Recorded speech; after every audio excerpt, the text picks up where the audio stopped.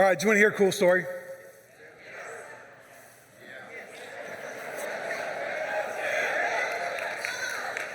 I'll wait. Thank you. All right, here's a cool story. Man, somebody in our church said this to me on Instagram this week. I think this is awesome. She said, "Hi, Matt. We haven't had a minute to chat, and now that I'm moving back home to California and leaving Colorado, I wanted to share something with you since LifeBridge is such a big part of my life. I just wanted to take a moment and tell you how much being baptized and letting Jesus into my heart truly saved my life. Before I came to church, I was deeply caught in addiction, doing all kinds of things that filled me with shame. And then one Saturday, I was actually on my way to pick up drugs when I drove past the church. Like something inside me told me to turn around. So I did. I pulled into the parking lot. I sat in my car crying and I said, 'This is it, Lord. I'm tired.' The very next day I came to Sunday service and I was scared to be alone, and honestly, I wanted to walk out while I stood at the New Here area. I was detoxing, hurting from withdrawal, and I felt completely broken, but I stayed. That decision changed my life. Getting baptized and surrendering my life to Jesus gave me hope and a new beginning. I don't have a lot of money, but I give what I can and I serve whenever I can because I'm so grateful for what God has done for me and for the community at our church, the community that welcomed me in when I was at my lowest. For a long time, I felt embarrassed about my past, but now I realize it's part of my testimony. God truly rescued me, and I am no longer ashamed to share that. My life changed at this place. I'm forever grateful." How awesome is that? Like, how cool is that? And I love it when people use possessive pronouns to describe LifeBridge. Our church, my church. I love that. And that's just one story. Things have been happening here for a while now, and just to be clear, that life-transforming power is not the church. It happens in the church for sure, it's supposed to, but that life-transforming power is the cross. Like, that's what the cross does. Not only does the cross have the power to break something like deep addiction, at the same time, the cross can conquer anything and everything that's specific to you. If it can't, then the cross is a joke. Like, that story's amazing. It's awesome. And everybody here, everybody online should be encouraged by that, especially if you call LifeBridge home. But don't just leave it there. Like, here's what I mean. Don't hear that story and say, "Oh, cool story, Matt. Not sure if that has any meaning for me at all." Like, your story might not be addiction. Like, your story might not be something dramatic where God spoke to you and literally turned you around when you were on your way to buy drugs, saving your life and also changing the trajectory of your life and your eternity. Your story might not be that intense, but don't make the mistake of thinking, "Hey, I'm already a Christian and the cross is for people who don't know Jesus yet. I'm past that." And no, you're not. Neither am I. Like, you and I need the cross just as much as everybody else does every single day. There's something with you even right now. Like she said, are you tired? Well, actually, yeah, Matt, I am tired. That part of her story I can relate to. I'm tired because of this, fill in the blank. Man, I get that. I'm tired too. 10 days ago, I got a phone call that just felt like a huge gut punch. Something that's been an on-again, off-again discouragement for me for the last 7 years, and it hit me again. And honestly, what makes it even harder for me to deal with is that I have no control over it whatsoever. I can't do anything about it. Man, so are you tired? Is something making you tired? Or is something causing you to be discouraged? Is there something that's draining you? Or what about shame? She talked about shame too. Man, is there something that's filling you with shame? Could be addiction. Could be sexual stuff. It could be shame because you keep bailing on people. Maybe it's not shame because of something you've done, but shame because of something you didn't do. I mean, all of us fight against shame. We all fight against shame at some point. But if you try to fight against it on your own power, you're gonna lose. Or are you caught in something and you just can't get out of it? Pornography, toxic relationship, maybe a friendship that just brings the worst out in you. Are you caught in pride? That's an easy one to look at. Are you caught in the never-ending attempts to prove yourself? You just want to feel worthy to other people? Are you stuck in trying to build this legacy for yourself? I don't know what it is, but is there something that you're just caught in? You're stuck. Well, the cross has the power to give you real rest. The cross has the power to break the chains of sin and shame. The cross is the power to free you from whatever you're stuck in. And if you are a Christian, that's for you. If you're not a Christian, that's for you. Man, the power of the cross, what it means and what it does, it runs so deeply. All 4 Gospels in the New Testament, they all record the crucifixion. Some of them give more details than the others.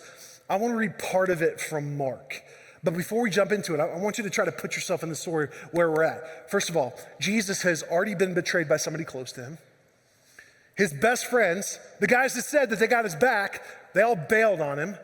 He's arrested in secret. He's illegally tried based on Jewish law. He's handed over to the Romans who agree to condemn him to death. And then he's beaten within an inch of his life with a whip that is designed to rip flesh from bone, inflict the maximum amount of pain without killing the victim. That's already happened before we get to the cross. And Jesus knew all that stuff was going to happen. Now it's impossible to do this, but just try. Try to imagine how he feels in that moment. Not physically, just emotionally, mentally, spiritually. Now, every single week, I want you to bring your own Bible with you. Like write notes in the margins, highlight things, underline things. We'll have the verses on the screens, but that's for people who are brand new or who don't have a Bible yet. I don't want you to be dependent on the screens. I want you to bring your own Bible every week so you know how to navigate it, okay? This is Mark 15. We're going to start in verse 16. Here we go.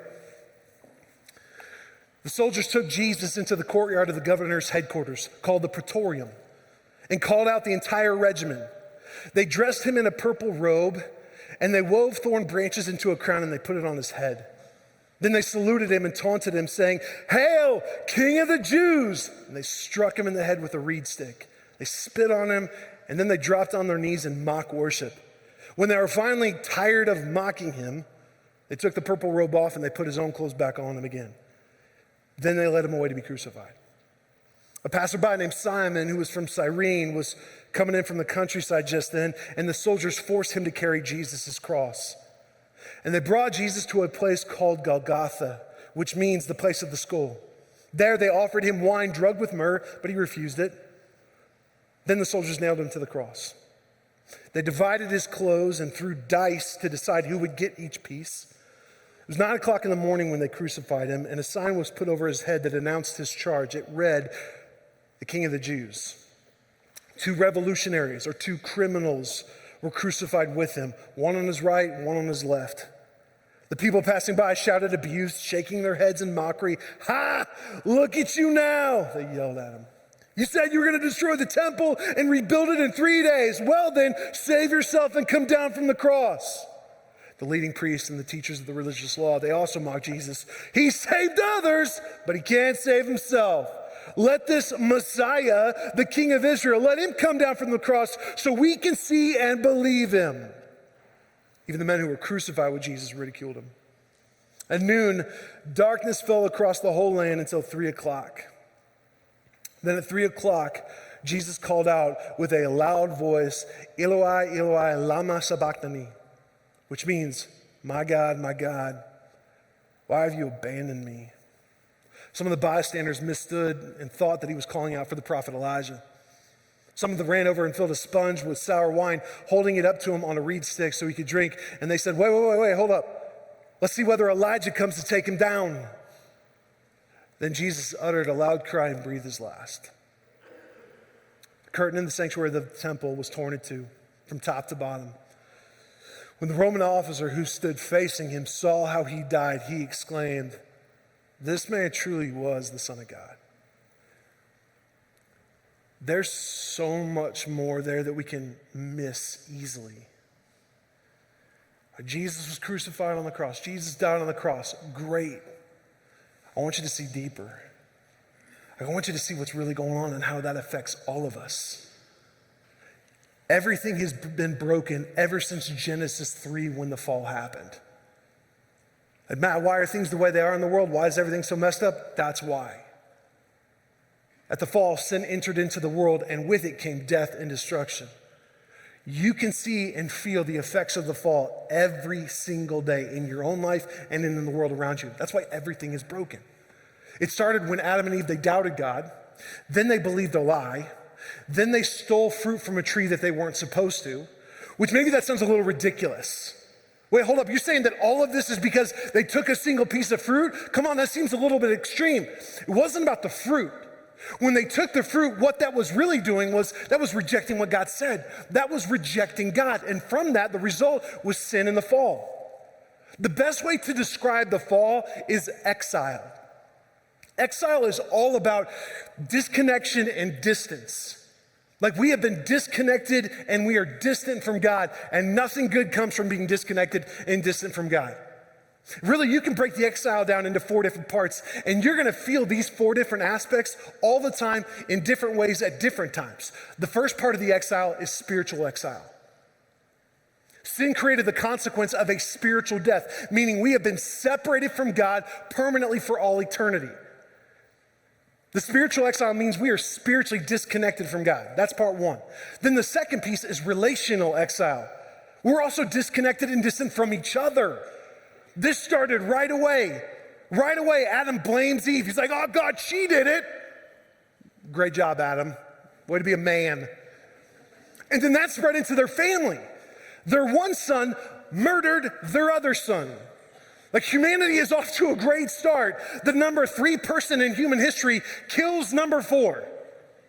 Like humanity has struggled with unhealthy and dysfunctional relationships ever since. From divorce to genocide and everything in between.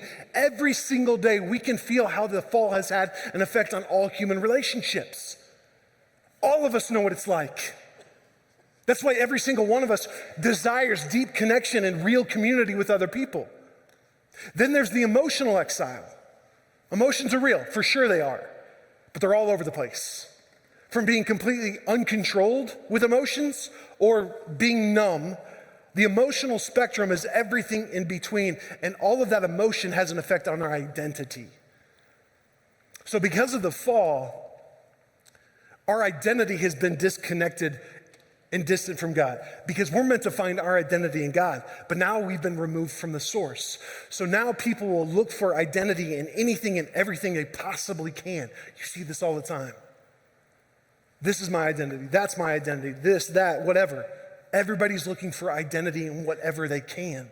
The identity crisis is a symptom of the emotional exile we experience. Then there's physical exile. Adam and Eve, they were both banned from Eden. Mankind was disconnected from the creation they were meant to steward. And because of that, creation was cursed. Sickness, disaster, disorder became the reality. The reason why there's cancer, the reason why there are natural disasters that destroy all kinds of things, the reason why the world feels so chaotic and in disorder, that's all a result of the physical exile. You feel the effects in different ways every day, spiritually, relationally, emotionally, and physically. But there is hope.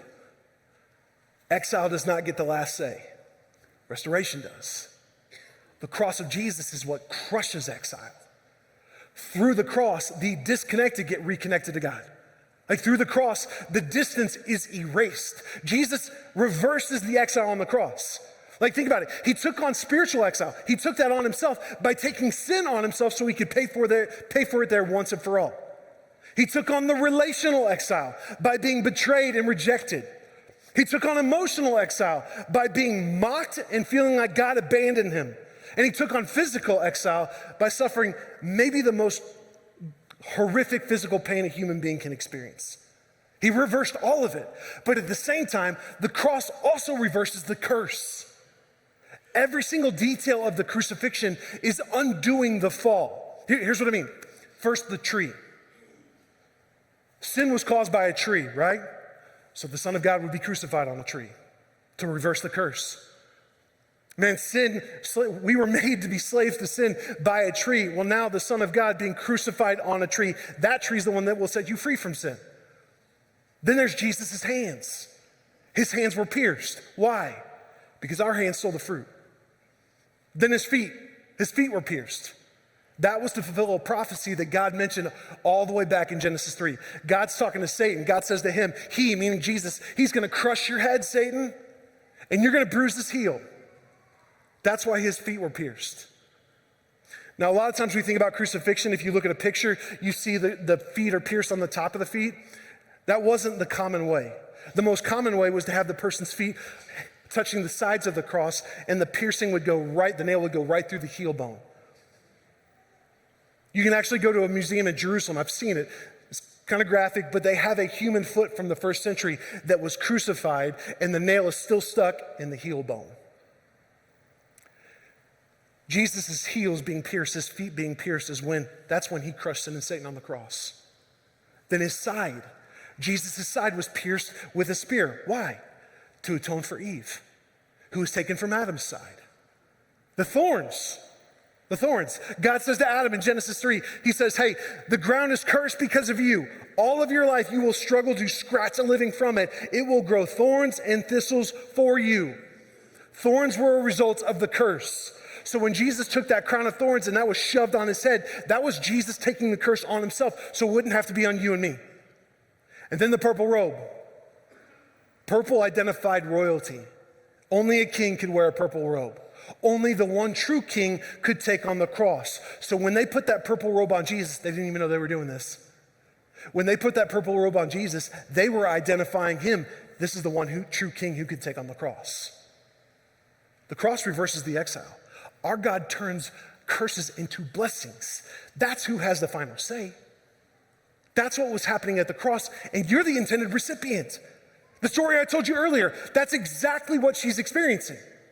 Now, the irony in all of this, and the people that were at the crucifixion, they missed this. We can easily miss it too. The irony is, the guy they mocked as king is the one true king. The irony is the guy that seemed utterly helpless, utterly powerless on a cross, he's actually showing the greatest display of power. The guy they mocked and said, hey, he saved himself. Now, he can't save himself. He saved others, but he can't save himself. When they said that, they were 100% right. Saying Jesus saved other people, but he can't save himself was correct. Because in order to be the savior of the world, he couldn't save himself. Jesus had a choice. He could save you or he could save himself. He chose you. The guy that's crying out in despair is actually the guy who's showing what real trust in God looks like.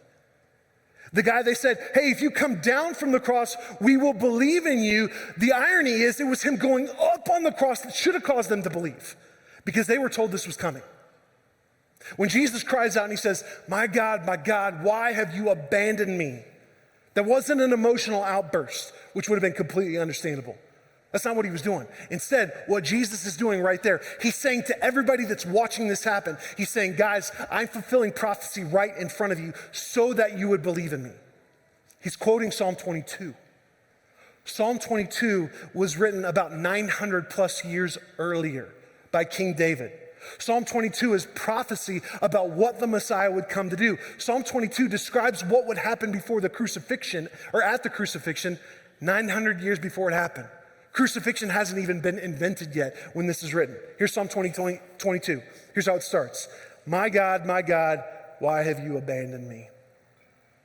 Why are you far away when I groan for help? Everyone who sees me mocks me. They sneer and shake their heads saying, is this the one who relies on the Lord? Then let the Lord save him. If the Lord loves him so much, let the Lord rescue him. My enemies surround me like a herd of bulls. Fierce bulls of Bashan have hemmed me in. It's talking about spiritual warfare that I don't even have time to get into. My enemies surround me like a pack of dogs. An evil gang closes in on me. They have pierced my hands and feet. That sound familiar? I can count all my bones. Another prophecy about the crucifixion said that Jesus' bones would not be broken. I can count all my bones. My enemies stare at me and gloat. They divide my garments among themselves and throw dice for my clothing. Like they all knew Psalm 22. They all knew it. And when it was being fulfilled in front of their eyes, they missed it. Don't make the same mistake. Man, Jesus is doing something in front of you. He's saying something to you. Don't miss it. Don't miss it. And follow his lead too. At his lowest moment, he still trusted in God. Trust in God even at your lowest moment. Because with Jesus, suffering never has the last word. The cross always leads to resurrection. But that can be pretty hard for us to accept. Because we love the thought of, we even believe in this idea of a God without wrath who brings people without sin into a kingdom without judgment through a king without a cross. We love the thought of that. That sounds great, doesn't it? That might be American religiosity, but do you know what that's not? That's not Christianity. Not at all. Now, we want comfort. Or at least I'll say I want comfort. We don't want a cross. We want ease. We don't want suffering. But the cross will tell you the truth about suffering. If anything is good and true, our enlightened minds assumes that means the absence of suffering. Like whether we recognize it or not, we now believe that suffering can not only be, avoiding suffering is not only possible, but it's also deserved. That we should never have to experience suffering. No, we shouldn't. So then when it inevitably happens, we get confused and frustrated. Like, why am I suffering? I shouldn't have to experience this. There's a belief that God is here to make sure we don't experience suffering. He's there to prevent it from ever happening. And then when that doesn't happen, we question and doubt God. He must not be all good. He must not be all powerful. He must not be God if there is suffering, if I'm experiencing it. But God himself experienced suffering. So did Jesus. So why would we think it would be different for us? Jesus actually chose suffering because the greatest good, the greatest growth, and the greatest love is not possible without suffering. Jesus chose it because the crown comes out of the cross. And that principle is true for us. This is why he said, pick up your cross and follow me. Not pick up your crown, not pick up your comfort, not pick up your preferences, not pick up what you think is good and what's right. No, pick up your cross and follow me. Dietrich Bonhoeffer said, when Christ calls a man, he bids him come and die. That's true. But if the avoidance of suffering is your aim, then you're going to be drawn to all different kinds of things that promise you that. There are all different things that will promise the avoidance of suffering. They can never deliver on it, but you will be drawn to the things that promise it, and you will be repulsed by the cross. So what do we do with this?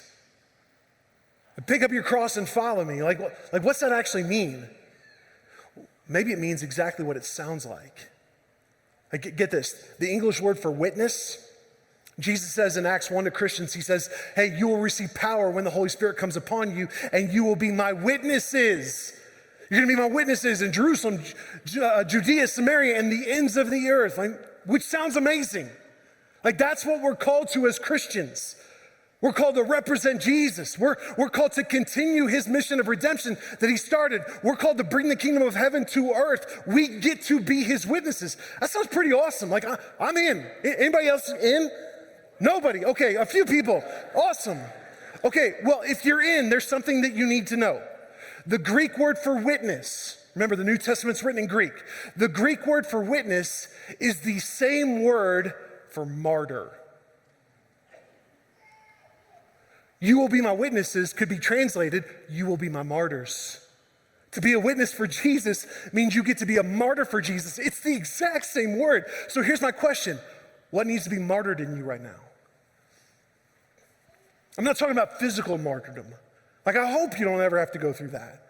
That's a very real reality for a lot of Christians throughout history and around the globe even right now. I hope you don't have to go through physical martyrdom. But there's something in you right now that needs to die. What is it? Here's what it is for me. I could start by saying my pride. My pride needs to be martyred. That's easy. We can all say that one. So let me go a little bit further. You know what else needs to be martyred in me right now? A need for approval and validation. I just want to be approved. I want validation from people way too much, to the point where it drives me and it shapes how I think. What else needs to be martyred in me is this need to matter. I just want people to think I'm good at something. And I'm not asking you to come tell me, I'm just being real with you. Like if I'm being real, there's way too many days where I want people to know my name. And then I start comparing myself to other people. Well, they know that person's name. Why don't they know my name? I want to matter. That needs to die in me.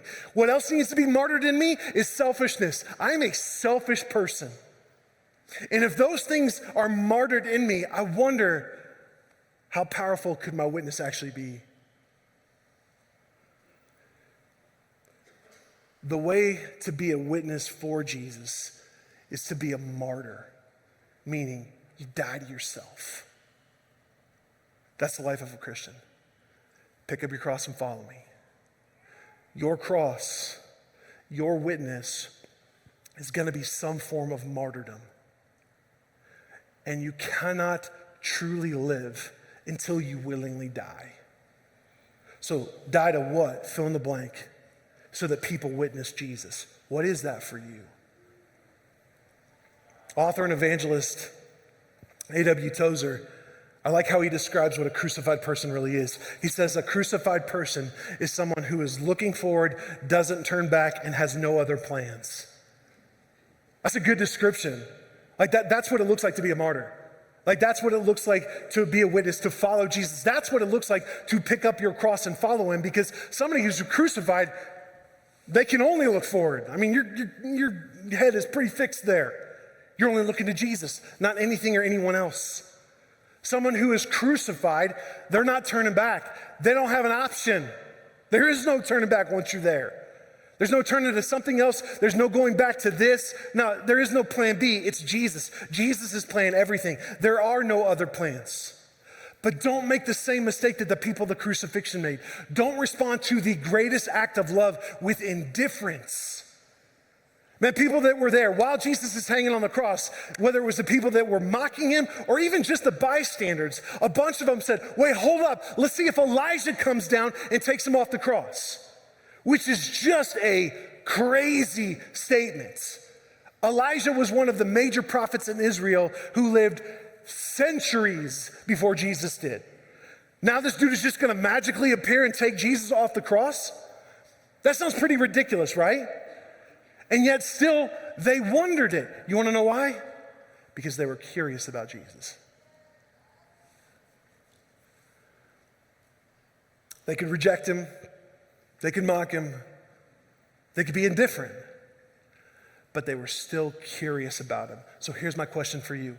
Are you curious about Jesus? You're not here today by accident. You've wondered about him before. Are you curious about Jesus? Are you tired? Are you tired of trying it your own way? Are you tired of being stuck in whatever? Are you tired of just trying to save yourself from whatever? Man, there's a classic question that gets asked by Christians. And maybe you've heard this question before. Maybe you've asked it yourself. And if you're from the Midwest like I am, this question even appears on billboards. Here's the question. If you died tonight, where would you go? If you died tonight and you wanted entrance into heaven, what would you say? If you answer in the first person, your answer is immediately wrong. Because wrong answer. The answer has to be in the third person. Because he. There were two criminals, two thieves, that were also crucified next to Jesus. And during the crucifixion at first, they're both ridiculing Jesus also. They're both swearing at him.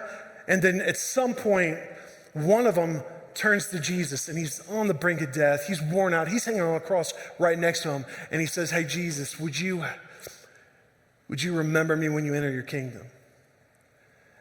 And Luke says what Jesus says back. Jesus says, truly I say to you, today, you're going to be with me in paradise. Alistair Begg is a retired Scottish pastor, and he tells this story so well. I heard him speak on this years ago, so I'm just gonna retell the story that he tells because I can't do it better than he does. Like, we're all looking forward to, at least I am, I'm looking forward to having conversations with different people once I get to heaven and ask them some stuff. I wanna talk to my boy David. I got a lot of questions for David. Really, she was taking a bath? Really? That's not gonna be my first question. I'll get there, but that's not the first one. I wanna talk to Esther. If you were here last fall when we did Esther, good grief, don't you wanna talk to Esther? Or Daniel? Like, Daniel's one of the few dudes in scripture, like him and Ruth are like the few, they're sinners, but we don't see their imperfections. Daniel's one of those guys like, really, how'd you do it? I wanna talk to the apostles. Alistair Begg says, the guy that I wanna find when I get to heaven is the thief on the cross. Not the guy that we would think of to make it high on the list to have a conversation with. He doesn't even get on my radar. Alistair Begg says, no, I wanna talk to that guy. When I find him, I wanna say, like, how did you make this happen? Like, one minute you're ridiculing and swearing at Jesus with your buddy, the next minute you're here. You're in heaven. You didn't go to church. You didn't get baptized. You didn't go through Rooted. You weren't part of a small group. Like, you didn't serve and you certainly didn't tithe, and yet you made it. Like, how did you make it? And I'm guessing the angel asked the same question when this dude showed up at the gates. Like, hey, wait, how did you get here? And the guy's like, I don't know. Wait, what do you mean you don't know? Like, how do you, hold on, let me get my supervisor angel. Supervisor angel comes over and he says, okay, son, just a couple questions for you. Are you clear on the doctrine of justification by faith? And the guy's like, never heard of it in my life. Okay? How about the authority of Scripture? Just gives blank stares back to the angel. And eventually the angel says, okay, son, on what basis are you here? And the thief says, the man on the middle cross said, I can come.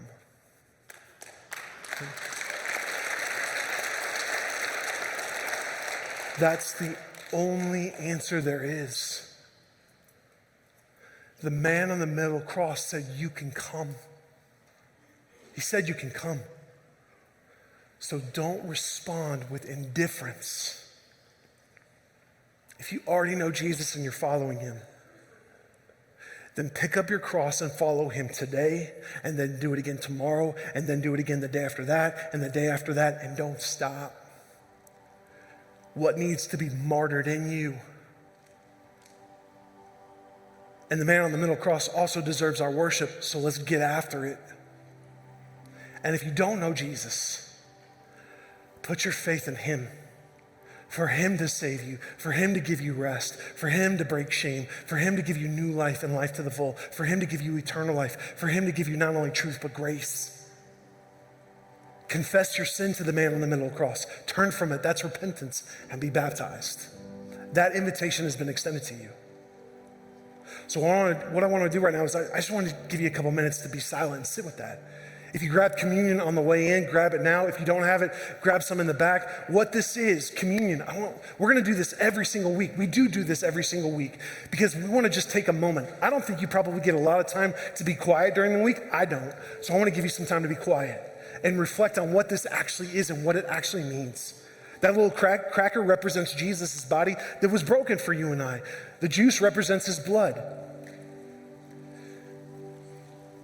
We just get a minute or two to focus on the most important historical event to ever happen. That's the crucifixion. So when everything feels like chaos in the world, the crucifixion is where order starts. When everything is really confusing, the crucifixion is clear. He died for you so that you don't have to. So just take a minute, be quiet. At the very least, just say thank you.